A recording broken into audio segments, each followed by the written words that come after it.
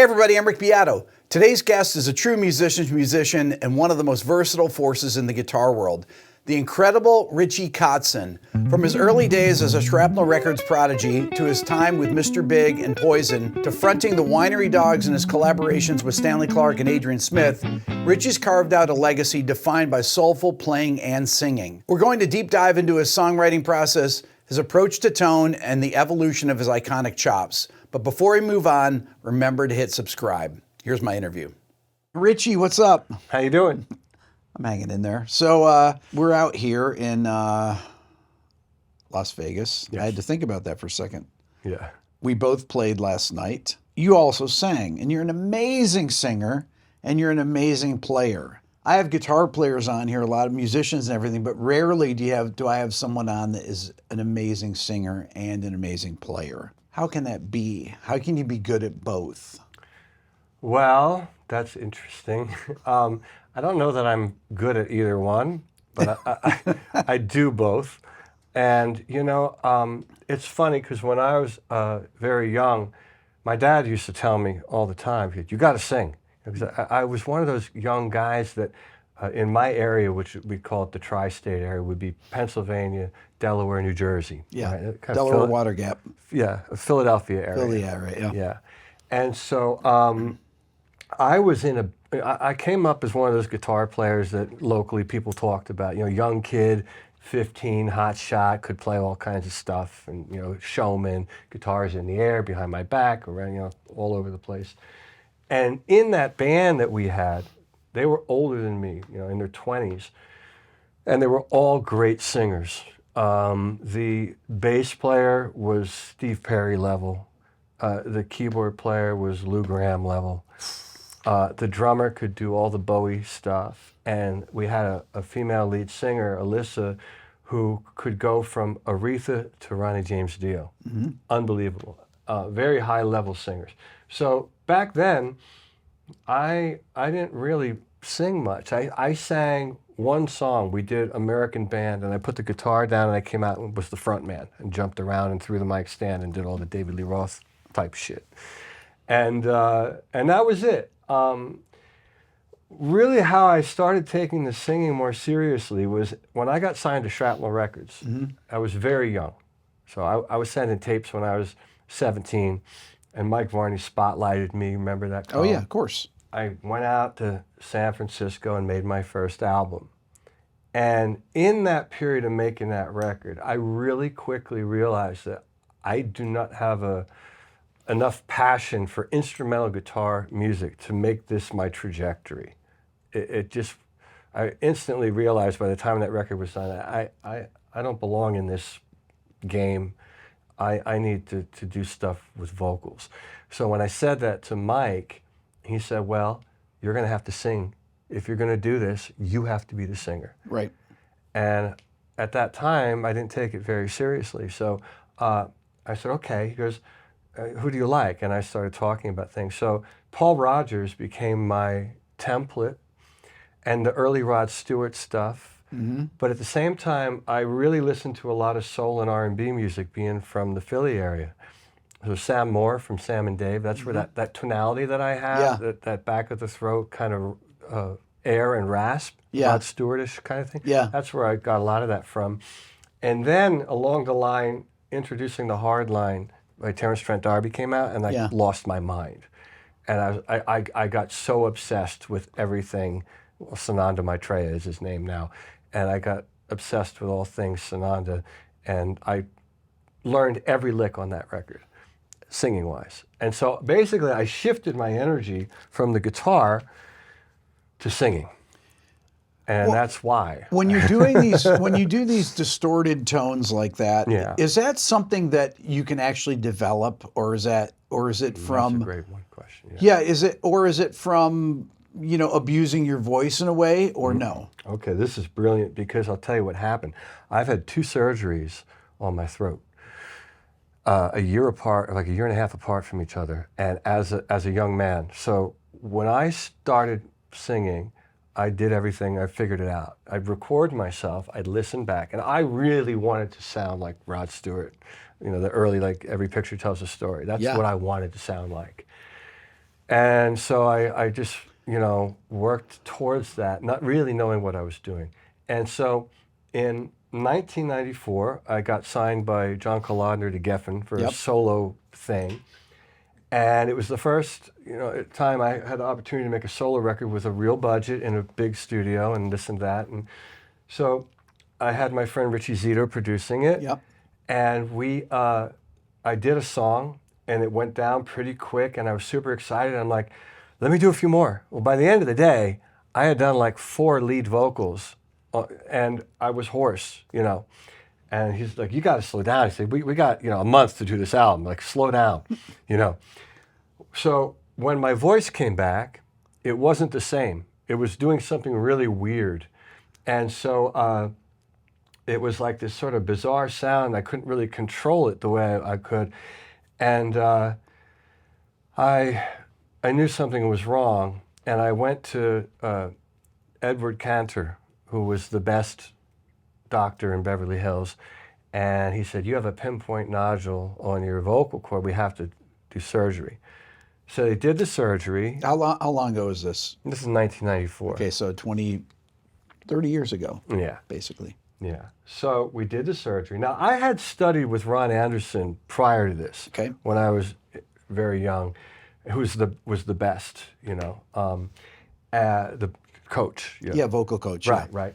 And so Ron taught me all this stuff, but I didn't use it. Right. And so now I get the surgery. The voice comes back, and now about however long afterwards, I start noticing the same problem. I'm doing something wrong. Now it's like 1.5 years later, and so I go back to Dr. Cantor, and he said, it's back. You got to do another surgery. He said, you're doing something wrong. And so he does the other surgery, and now I'm scared. I'm like, okay, something's wrong. I'm really doing something wrong. So I go back to Ron Anderson. I said, I got to come back. Now it's years later, so it might be 5 years after the fact or whatever. And so I go back to him. And you told him what happened, right? Mm-hmm. Yeah. Yep. And I play him my album, and he's like, oh my God. He goes, you're going to lose your voice to the point where you'll never sing again if you keep this up. And he says, what you're doing is to get that sound that you want to sound like, you're literally rubbing your vocal cords together, callousing them. Yes. He said, you can't do that. It's not going to work. Okay. And so we went back, and he broke down my entire voice and restructured how to do it correctly. And now all this stuff that he told me, I wasn't hearing it for the first time. I'm hearing it. I'm remembering what he told me when I was 20 years old. Right. And it's like, oh, all that stuff that I didn't do. Yeah. And I started doing it. And so now, when I get that sound, I mean, I don't know if I can do it now. I've been talking all day. Yeah. Here, but it was all a dream. I was strong and lean. I lost all my inspiration to the devil's hand. Right? So if I sing that, you can hear I'm not straining. I'm not doing anything. I'm relaxed. This part stays in position. It doesn't choke up. When people want to sing high, the first thing they do is think high, and this goes up and you close your voice, you can't sing. It's in the back of the throat, it's open, it's a yawn, and just let it come out. And now, after all this time, my rasp is actually just more inherent to, I can sing clean too. Yeah. But it's easy to lean, it's kind of, I just lean But are you into really it. forcing the air through, or Not is it anymore. Okay, so it's No, it's just really kinda like, relaxed. It's relaxed. And like last night we sang Cochise. Yes. Well, I've been watching. Hey. Does that seem forced? No. Right? It's not loud. It's is not it? loud. No. Right. So Would you call that like a it's not a falsetto. It's all woo. Yeah, no, falsetto is something different. yeah, it's I don't know, like a sideband distortion or something. I don't know how to describe it. I can hear there's so much tone to it. It's like a distorted amp, though, but it's not screaming, and it doesn't sound pinched. It sounds very relaxed. Yeah. And I was wondering when I saw you sing it last night, I'm thinking like, I wonder how loud he's singing. Not terribly loud. You're not terribly loud. No, because what happens, You know, like this, like for example, I just did this tour with John Five. Yep. We were touring together, co-headlining, sharing a bus, and we loaded up the gigs. It was like 7 on, 1 off. Okay. And I have to be able to navigate through that. And I did that once with the Winery Dogs too. I think we had 6 or 7 shows on. You can't do that if you sing incorrectly. And, Right. and I hate saying the word incorrectly because everybody's body is different and you are the instrument. But I know how I have to sing in order to pull that off. I know how I have to live.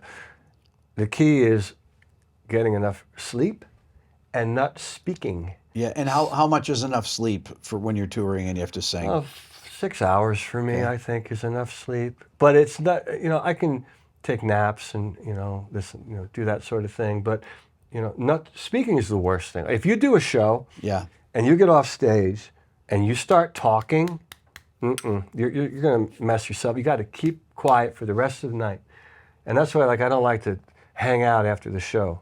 You do the show, you're done. It's over, Do all your talking before you go on. Right. And use that as part of your warm-up, by the Yeah. way, right? Get your voice going, But when you get off stage and you sang, part of the other thing, too, for me, why I can get away with it, and I have to be honest, my set is designed very much where I can pick and choose my battles. If I feel like I have a weak voice night, I can do a 4-minute guitar solo in one of my songs. You know what I mean? So That's the good thing about being able to play is that you can give it a rest. like if I was like the lead singer for, I don't know, Skid Row, it might be a different story. Mm-hmm. I might be like, no, we're not doing more than 3 shows in a row. Yeah. You know what I'm saying? So I can pull that off because it's my music and I'm walking the dog in the situation. I'm steering the ship, however you want to say it. But, that's Now, historically, I always say this, that if you go back and look at singers, you look at videos of the Beatles and the Stones, and everything, everybody smoked. Yeah, me too. Everyone smoked, right? And that was a part of the tones. Robert Plant, you name it, every lead singer was a smoker. Yeah, it doesn't matter. And I remember watching, if you look at MTV Unplugged, Kurt Cobain chain smokes the whole time and everything. And that's just a part of the tone of a lot of singers historically, that they were smokers. I think there's a bit of a myth. How do I say this? I was a heavy smoker for a long time. Yep. It didn't change my voice. Okay. If anything, I'll tell you what it did. Okay. I lost a couple high notes. I remember there's certain higher notes that wouldn't be as accessible. My attitude back then was like, I don't need to sing that high. I want to have a cigarette. But I'll tell you what does screw with your voice. Any kind of drugs, nose drugs, ruin your voice. Too much booze, ruin your voice, dry it out. But, if you drink... Literally dry it out. Yeah. Yeah. If you're drinking enough water, you can smoke cigarettes and be fine. But there was something I was going to say about alcohol. There's a weird thing about alcohol is that it can loosen you up a little bit, right? Mm-hmm. But there's that point where you tip over and then it's just done. You're not going to be functional. And I don't mean that you're drunk. I just mean that you've done some damage. You're drying yourself out and you're not going to recover in time for the show the next night. I used to do some weird things when I was in the Winery Dogs because I drank a lot. Not we, I, back then. And I used to eat raw garlic all the time because in my mind, I thought, well, this is going to offset my booze intake. So I always smelled like garlic. It used to drive Mike crazy. Garlic, you smell like garlic. The whole bus smells like garlic. Garlic. Yeah. Yeah. Okay, so when you hear somebody like Steven Tyler, for example, and his high distorted voice, Sings very different than I do. is he singing quietly, do you think? I wouldn't think so. I wouldn't think that he sings quiet, but I've never been in the room with him singing. Yeah. He doesn't sound like he sings quiet. To me, he's so amazing. There's no one like him. No. His instrument is so unique and unbelievable. Yeah. What he can do with his range and his expression. There's things that he does with his voice that's like only he can do. I don't know how he's even doing that. Yeah. You know what I mean? Like yes. all that stuff that he does. However, I could understand why it would be really difficult to do that night after night. Now, you can do that and then you got to rest and recover. And the recovery time is going to be way longer for the recovery time if you sing the way I sing. Yeah. It's two different kinds of singing and two different instruments.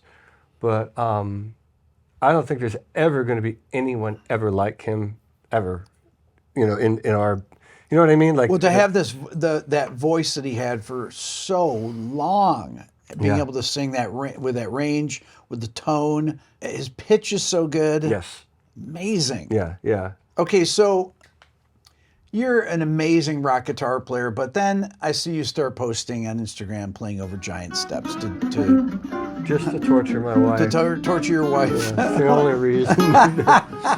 I laughed and was like, no, I'm going to do it one more time. And you're playing like 300 BPMs and stuff. Yeah, right. And I was pissing a lot of people off. I got hate mail from doing that. That's crazy. Anyway, go ahead. I'm so sorry. was your wife? I mean, did she really hate that you were playing? I On got that, or on what? her nerves. Yes, I irritated her. Right. She's like, what do you do? Well, Not yeah. that again. You know what happened? Why I did that, aside from just one way to crank up, you know, the temperature in my house, is when I was 29, I joined a band with Stanley Clarke, Lenny White, Karen Briggs, and Rachel Z. And this band was, you know, aligned to be like the new Return to Forever. Yes. Prior to me being in there, apparently, well, not apparently, it's true, Alan Holdsworth was in the band, and he left because they told me that they wanted to do acoustic stuff, and I guess he didn't want to be bothered with acoustic guitar. So they needed a guitar player, and the manager was someone that I worked with for many, many years, and then we split, but he was managing Stanley. And he said, I want you to come down to this audition. I played him a fusion record you made with Jeff Berlin and Greg Bissonette. And I want you to come down here and audition. And it's Stanley Clarke. I said, are you out of your mind? I said, there's no way I could. No. He said, I played the album over the phone and Stanley liked it. He said, bring him down. So I go down there and I'm in the room and Stanley pulls out sheet music. Now, when I was a boy, I could read, but I abandoned that long ago, you know. And so he puts the music in front of me, and I started laughing. And he said, "What are you laughing at?" I said, "We're going to be here all day if you want me to try to read this." And he goes, "Okay." He said, "Look." So he sits behind the piano and he starts playing the changes. Yep. And here's the changes. Here's the melody. Karen wasn't there. It was somebody else. Well, anyway, nonetheless, yeah, maybe she was. Someone was there playing the melody. He starts playing the piano. And I learned this song. So we jammed for, 2 hours. And I was having a blast, you know. And at the end of it, I said, I know that you're not going to call me back, but this was amazing, this and that. I go off. Kiss was playing that night, I think at the Rose Bowl. I went to the concert, come back home, and there's a message on the phone from the manager. You got the gig, they love you. Like this, well, they must be smoking something, you know, whatever. So, all right, they heard something in my playing that they liked. So we started working together, and Stanley had this song he wrote that had a section in it that was straight ahead jazz changes. And I was having a hard time improvising over the changes because I had never done anything like that before. And he said, listen, he said, you're going to be able to do this. He said, you go home, I want you to listen to Sonny Rollins, and I want you to listen to John Coltrane. So I start listening to this, you know, and I'm listening to Giant Steps, and I don't know what the hell's going on. Mm-hmm. So I figured, well, the first thing I'm going to do is I'm going to learn, you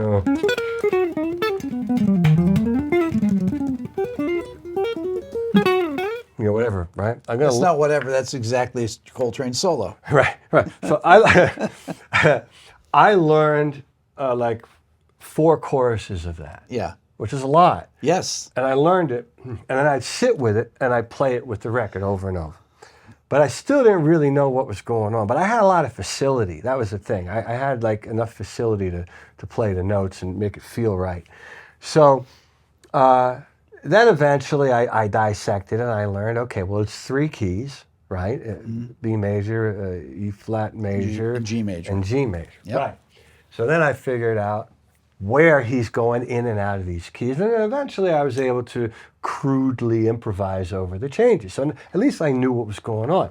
So then I kind of applied the logic to the song that Stanley wrote. And I said, okay, I can see what's happening here. I feel it. I can hear it, right? But the funniest thing about being in that band, I have to side note this, because this is funny. I learned so much from those guys, but I never forget, we're playing something. And Karen was such a great improviser. I never heard anyone just that fluid, just so good. And I asked Karen something, I said, what key is this thing we got to do? And Lenny, I got to the point where I had to never ask any questions. Whenever he'd take his drumstick and he'd take him like this, he'd turn and he'd put him down on the tom. And then he'd go like this, and he'd stand up from behind the drums with his hands like this. Richie, don't worry about what key it is. And then I said, yeah, but, and he said, Karen, don't tell him what key the song is in. He said, you have to hear the music. And so they wouldn't tell me what key it was in. Okay. So then I'll have to hear the music. So then another time he's playing something, how do I count that? What time? He said, again, the drumsticks go up, he turns, the drumsticks goes down. Richie, if you're counting, you're not feeling it, you're not playing. Stanley, don't tell him. And it was that. And this 29-year-old kid, like... That's cool. Like, all right, well, I guess I got to feel the music, And so, but that's where it really evolved for me, where I really got better, And I was all right, But after that, it changed a lot of stuff for me as a musician, So it's a very valuable experience. But back to the Giant Steps thing.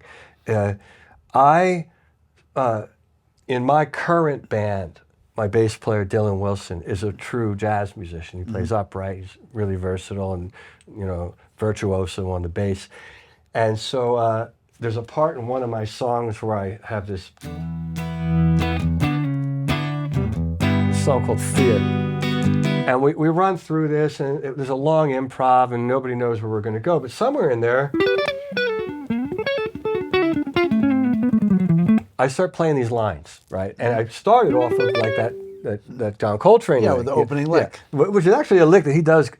He hits that lick in other compositions, by the way. Yeah. So that's like a theme that he used. Yep. So I do that, and we're playing, and I say to Dylan, I said, do you remember, do you know any of the sax solo to the song, Giant Steps? He's like, yeah, I know the first couple of, I said, why don't we do this? And this is like in the dressing room at this place in California that we were playing.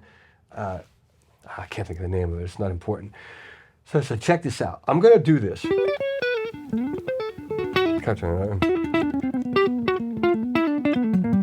I'm going to play some stuff, and I'm going to always go back to, and so it's going to be a phrase. The third time I go back to that, it's going to be the last time I do it. And then when the phrase comes around again, I'm going to cue you, and we're going to play. We're going to play the whole phrase. Into the and when we get here, when we go to this part, ba-da-da, you're going to play it with me on the accents on the drums. So we're going to come out of it, da-da-da-da-da-da-da, bomb, and then 2 beats, rest, whatever that is, and then downbeat, back to the real song. It says, trust me, it's going to work. So we play it, and it's on my Instagram. The first night we ever do it, I'm wearing this kind of crazy leopard print shirt.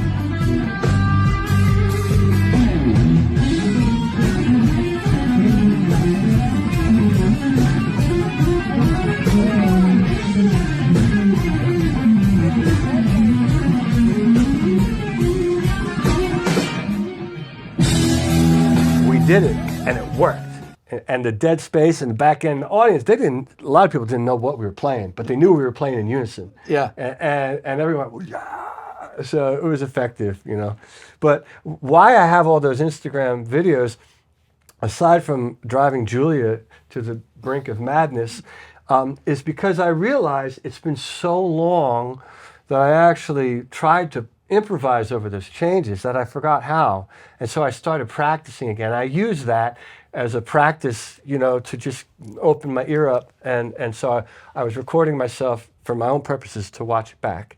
And then I found a couple clips where I felt like, oh, that was pretty good. So I posted Put that it. up there, And then right. so she starts going, man, if I hear that one more time. And I said, listen, let's stage something where I'm in there practicing and you come in and go crazy. So that we staged it up, and put it on Instagram. Yeah.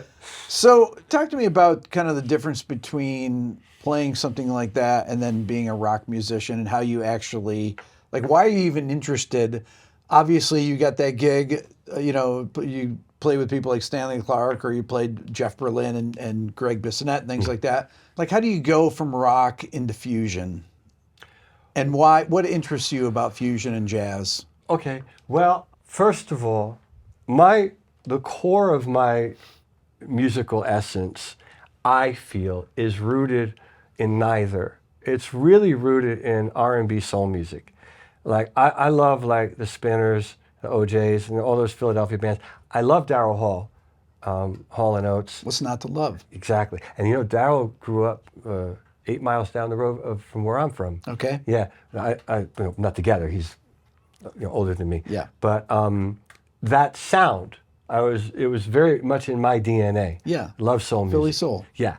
And so that is really what I love the most. And so my writing, I feel, at the core of everything I do, there has to be some sense of that in the music that I'm involved with. Otherwise, it's like I might as well be listening to a jackhammer.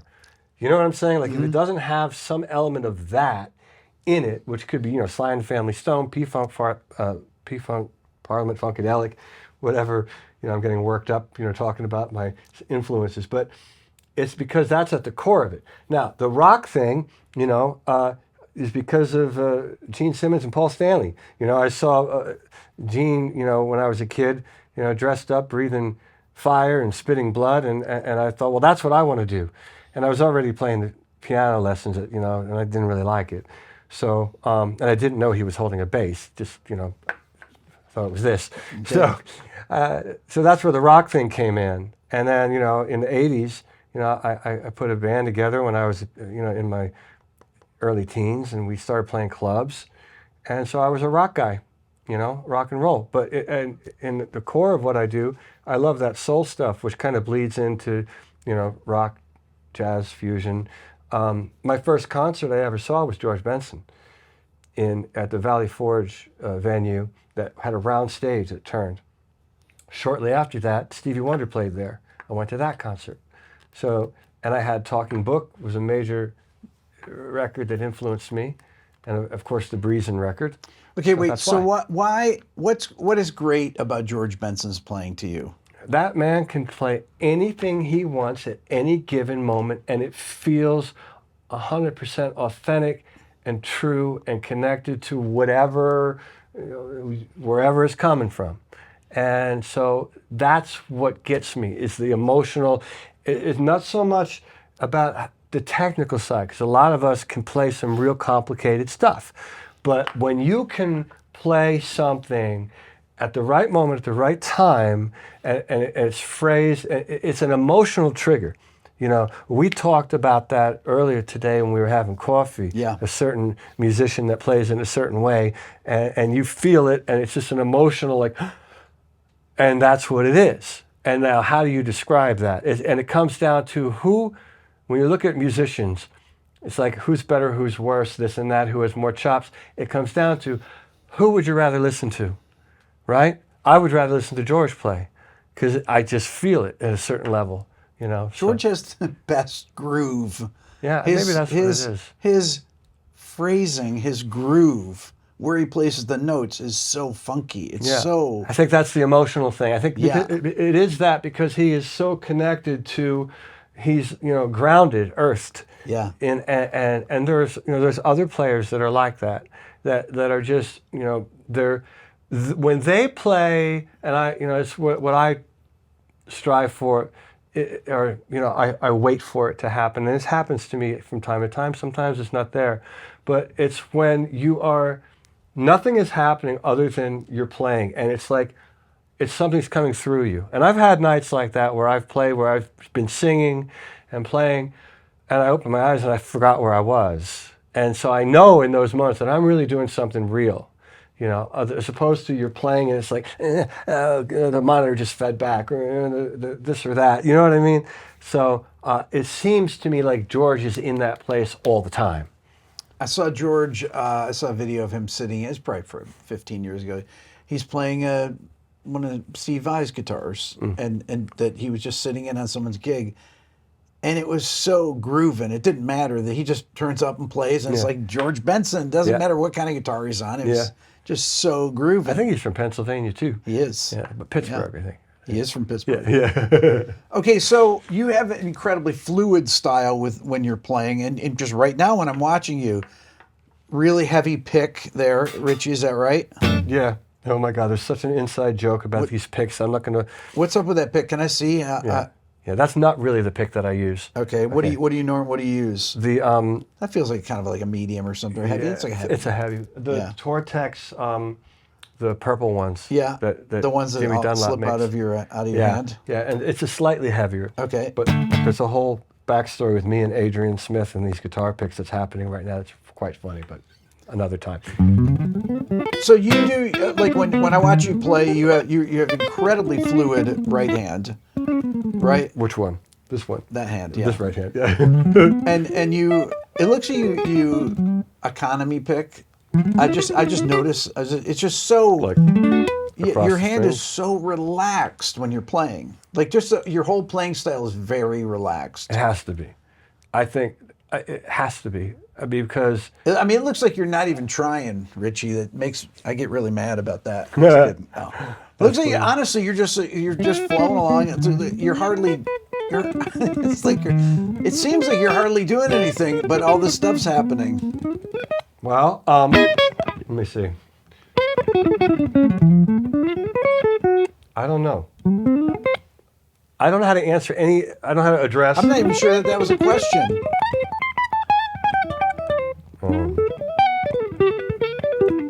I don't know. I just kind of play.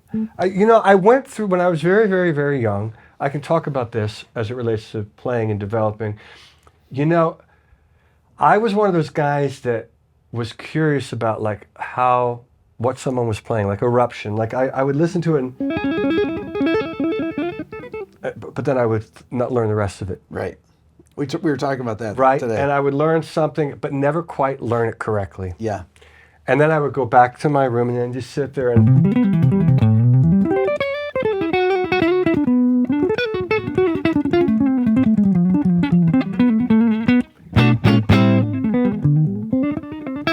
I don't know. I would sit there and noodle around. And then in that noodling, I'd come up with something. But I would focus on things that came to me that were easier to do. So when I was young, the picking was not easy for me. Right. But this stuff, the legato playing. Yeah. Like that was easy. And also, my hands are kind of big for my size, so the wide interval stuff was easy. Yeah.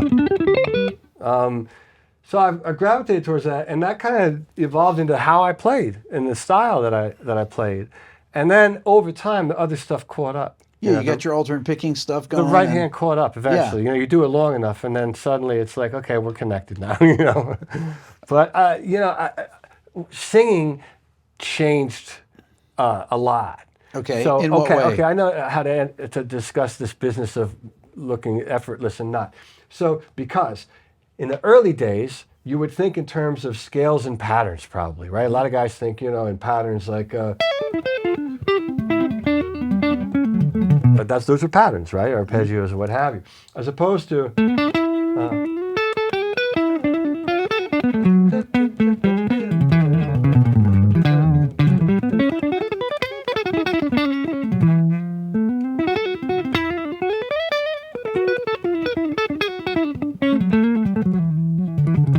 Okay, so in all that stuff, I'm hearing something in my brain, and I know where the notes are.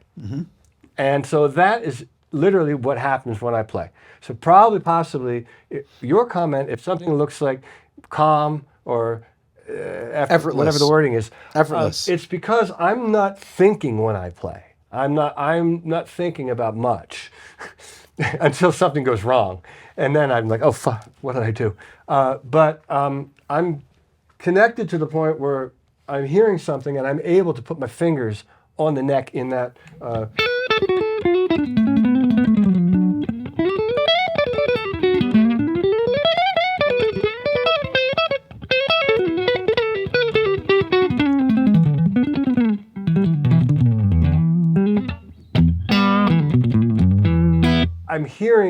I'm connected to the instrument in a way such that I don't have to think in terms of, oh, I'm going to do a diminished run, or, oh, we had to play harmonic minor now. You know what I mean? Because then that would be like, there'd be a herky-jerky mess. But it took me, it takes time. It's not something you practice. It's something you commit to mentally and physically as a one being. It's like a, I hate using the word like a spiritual thing, but I don't know what, it's not technical. It's an attitude. It's an attitude. This started with Karen Briggs when I was in the band with Stanley Clarke, and I was struggling when I said, what key is that in? She said, don't think of keys. You got to say this.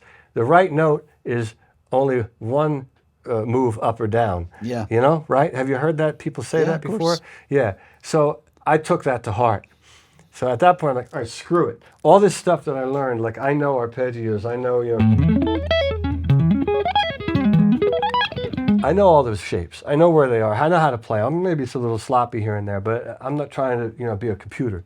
So now that I know all those shapes and how they land and where they are, I'm going to forget about it. And now I'm just going to play and try to be connected to what the band is doing. The other thing that's so important is playing with people. Here's a big thing that people get in trouble. Guitar players, they get on stage and they think, okay, I learned this, whatever it is, a kind of lick that I learned this lick. I'm going to fit it in here. Now that doesn't work because somebody else is going to play something that's going to jam you up. Right. So you've got to play with what the guys are doing. So, if the drummer's doing something, the bass player, listen to what's going on around you, and maybe all you got to do is hit a couple chords. All right, now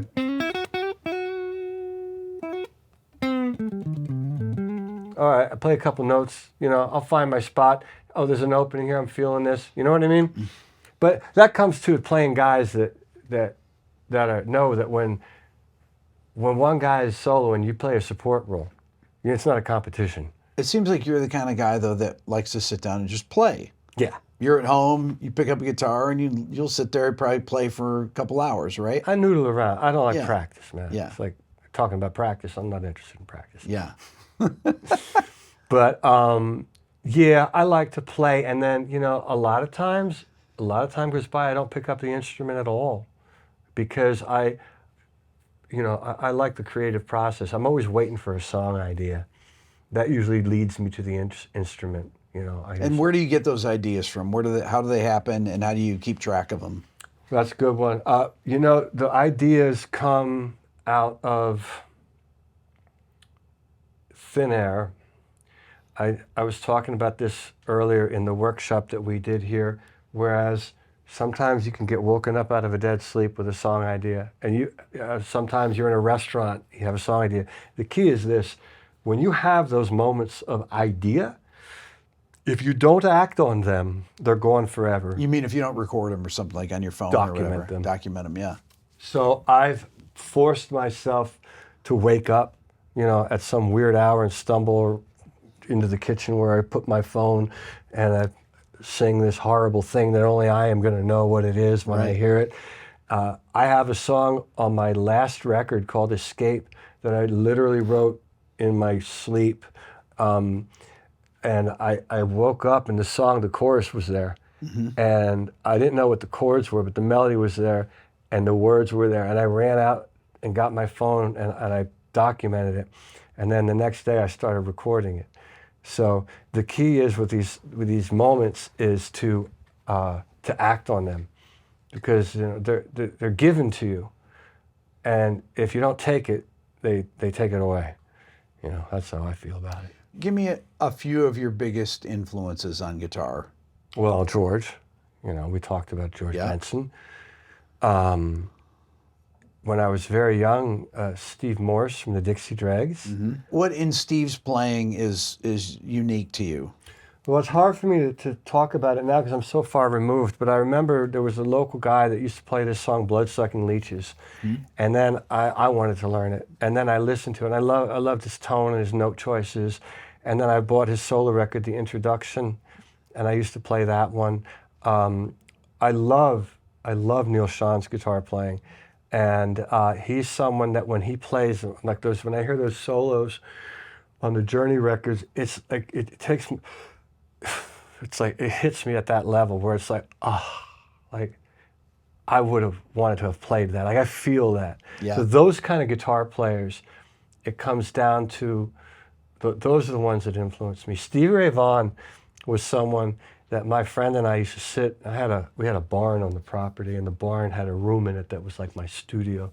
We'd sit in there for hours and play Lenny, you know.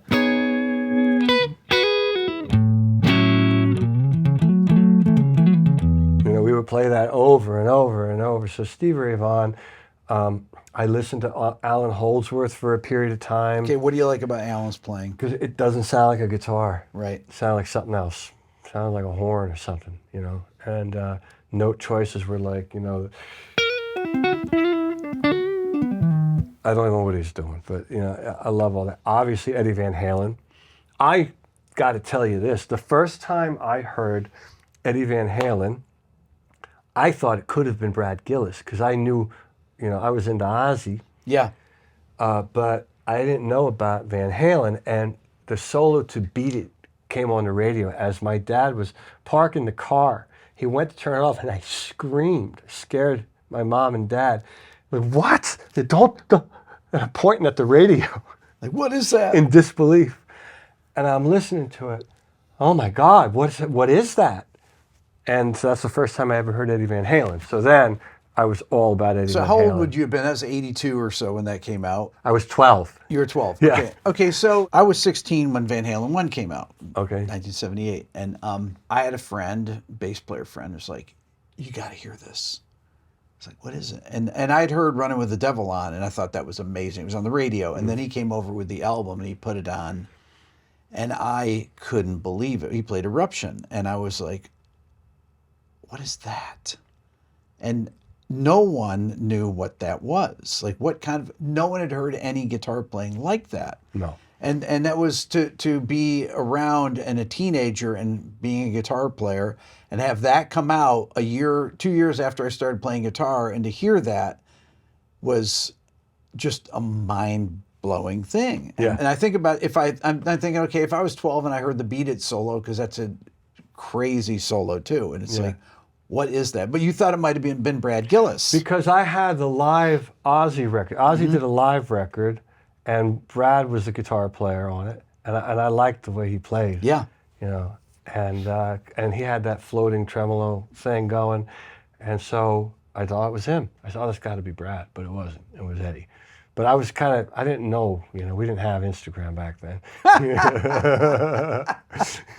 Okay, so Richie, what do you think that, what is the drawback from being able to, we kind of touched upon this when we were having coffee this morning, to being able to learn anything at any point by going on places like YouTube, and you can see the actual person, sometimes even teaching their parts. Is there any drawback to that, or do you think it's people figuring out stuff by ear improves you as a musician? Well, figuring out by ear absolutely improves you as a musician.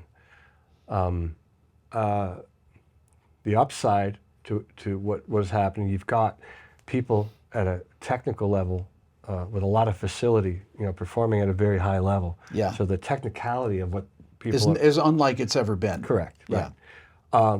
But the other side of it is that just like socially, you know, outside of music, people tend to live inside their phone. By the way, when that phone's dead, I'm not getting a new one. I told you that. I'm letting that die, and they can contact me through my wife. That's how I'm going to do it. No more phone. I like it. But no. So, but much like today, everything, you know, is in here socially. Yeah. You know, commenting and getting in fights, or not getting in fights, getting compliments, accolades, whatever it is. It's all in here. So you don't have this kind of interaction like you and I are having right now. It's the same with music. Whereas when we were younger, we would be in a garage somewhere with our friends working out, what did you play? How's this? Oh, hey, I learned this off this record. What are the chords? What did he do? You know, you have this interaction of playing off of each other. And for me, what made me evolve as a musician is playing with people that knew some stuff that I don't know. So no matter who it is, and no matter what style it is, I'm playing with someone that has a different perspective. And now I'm evolving, and my vocabulary is being enriched, my ear is being enriched, and all this natural growth is happening, and it's growing proportionately, as opposed to growing in a distorted way. Whereas maybe you got a situation where someone might have an extraordinary amount of facility, but an infantile level of communicating on the spot, Right. and being a music creator, which, hey, whatever, it is what it is. It doesn't really affect me, you know, because I'm going to do what it is that I do. I like playing with people, and I like playing with certain kinds of people, you know. So I seek out certain kinds of musicians that I can feel like we're having a conversation together. So whether it's good, bad, or indifferent, I take the attitude of it doesn't really matter. It's not affecting me directly. It's going to affect some other people, but I don't want to get caught up in like, oh my God, everything's changing and it's collapsing. And well, then if they want it to collapse, they're going to drive it to collapsing. Yeah. And if they want to revive something that we thought was a beautiful thing, let them go rediscover playing with people in a room and see if they like it. They might not like it, you know? I was thinking as you were saying that about joining bands or jamming with people when I was a kid, and just organizing a practice. Where is it going to be? Do you have a vocal PA? How do we get our amp there? Yeah. How do we get our guitar there? Yeah. Can I get a ride with somebody? How do we get home from it? What songs are we going to play? All that. Yeah. Are we playing it right? It's like a business, and somebody's got to be the leader of it or whatever, or maybe a couple people are, and you're not playing that part right, or you're playing that. Oh, is that how that goes? Yeah. Hey, isn't the drum part like this? Yeah. Like you don't even think about all the things that are lost with when you play together with people, or all the things that are gained from playing together with people. Yeah, it's strange, and I don't know. I mean, if you really, really look at it, it's kind of sad. I mean, if you know the difference. Yeah. If you don't know the difference, you don't know any better. So Right. it is what it is. That's why I don't get too worked up about it. And when I say it doesn't affect me, I'm not being selfish. I'm just saying, like, I don't want to get caught up in the whole, you know, nostalgia of what once was, because the past is meant to be the past. But you know, if they decide that this doesn't work anymore, they can go back and rediscover it and get in a room, and maybe that'll happen. You know, it's a pendulum. It does swing. So we're just really high on the other side right now. Right. You know. I want to ask you another thing about that guitar there. Yes. It looks like those frets are massively big on that guitar, Richie. Are they big, or they just look like that? Are they real jumbo frets? Yeah. They're big. Yeah. You know, I learned years ago in my 20s what I like. Okay. And I never thought about it again. So, you know, I use strings 11 to 49. Okay. And I'll tell you why. It's kind of funny. I use these large frets. I don't know what the number is, 6100. I mean, they're massive. Yeah, large frets. I like a maple neck. Yep. I like a flame top maple, a swamp ash body. Do you like the flame top and the maple neck because it makes it speak more, brighter sounding or something? Or what? I don't remember why I chose it. Okay. It could have even just been cosmetic. And they gave me a guitar, and I was like, I love the way this sounds. Yeah. What is it? And they're like, oh, it's a flame top and a swamp ash body. So make me 4 more like that. You know what I mean? But I like it. You know, it's just, I don't even know anymore how I got into it. But and you have a drop tuner on there too on the guitar. Yeah. so I can keep up with Billy Sheehan.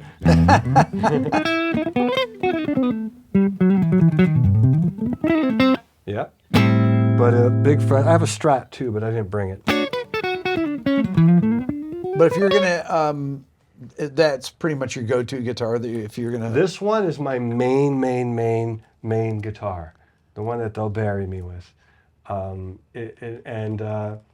You know, it's the only. how old is that guitar, Richie? Maybe 20 years old. Okay. 15, maybe 15 years old, maybe. Okay, is that got like a hot rails in it or something? What Yeah, is that? Larry DiMarzio made that pickup. Okay. And it has. I put this tuner in it. Look, I turn that. It tells me if I'm in tune or not. I need to have that. I think. I might have an extra one. I'll send it to you. So it just goes under the volume knob. There's a battery in here for it. Wow, You that's hardly ever awesome. have to change it. And then middle position, series parallel. You know, because it changes the tone. Why Fender scales and stuff like that? Actually, you know, it's funny you say that because I was playing a Yamaha SG type guitar, like their version of a Les Paul. Is that would that be a Gibson scale size? It was too? Gibson scale, and then For people that don't know, the Fender guitars are slightly long. the frets are further apart. Yeah. And so then, but I shifted my taste. You know, I remember when I went out and bought my first Telecaster and my first Strat. I still have those guitars. And I wasn't getting, and I had Ibanez at the time, I wasn't getting the response out of the instrument that I wanted. I felt like certain things that I was trying to do, it always just felt like I was inside this spectrum. Interesting. It's like I'm stuck in here no matter what I do. And if I want to be percussive, I can't get it to pop. Yeah. And if I want it to be like, if I want it to be soft, I can't get it to be really soft. I'm stuck in this range of frequency and I can't get out of it. I have no control. Now, if I'm playing, it's perfect. But I want to do more than just that, Yeah. So I went out and bought the Telecaster. I'm like, oh, this is great. Because now if I play hard, it sounds hard. If I play quiet, it sounds quiet. This is great. I have control, full control of the tonal spectrum. So that's why I did it. And then the Strat was just another, might as well have a Strat too. Okay, so how important is improvising and being a good improviser? I think it's the only thing that matters to me. I feel like if someone can't improvise, I shouldn't say something bold like this. I'm going to stop there. I think that it's everything. I think it's the key to being creative and expressive. The idea is to be, when you have the instrument, that the world is closed off, nothing is happening, and it's coming through you. It's emotional, it's channeling. It has to be. Otherwise, what's the point? Why not play basketball if you want to compete? Or if you know what I mean? I don't know. And I think it's everything. It's so important because out of the improvisation is you. That's you. That's your personality. Your personality isn't a string of arpeggios. Your personality is how you respond to something, how you react to something. That's who you are. And that has to be in your music. And that's how you create music. It's through improvising. It's trying this out.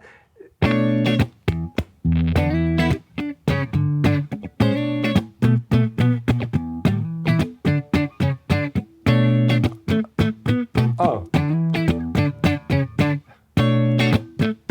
I love you, you tell me to. I don't know you. I don't know what I'm doing. I'm improvising. Right. But maybe somewhere in there might be a hook, and I'd be like, oh, that could be a song. That might be a verse or whatever. So without the idea to pick it up and screw around, you're never going to write nothing, right? I mean, what do you think? Am I wrong? Well, I was thinking about your basketball analogy. So if you play the same thing every time, it's like running the same play over and over.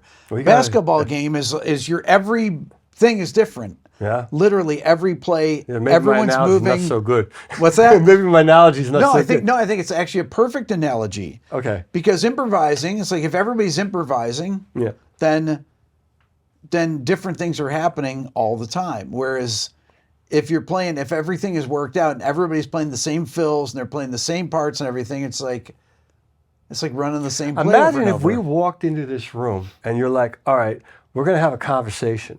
And here's the you're questions I'm going to ask, and here are your answers. Even worse, worse than that. So here's what I'm going to say, Richie, and here's what you're going to say.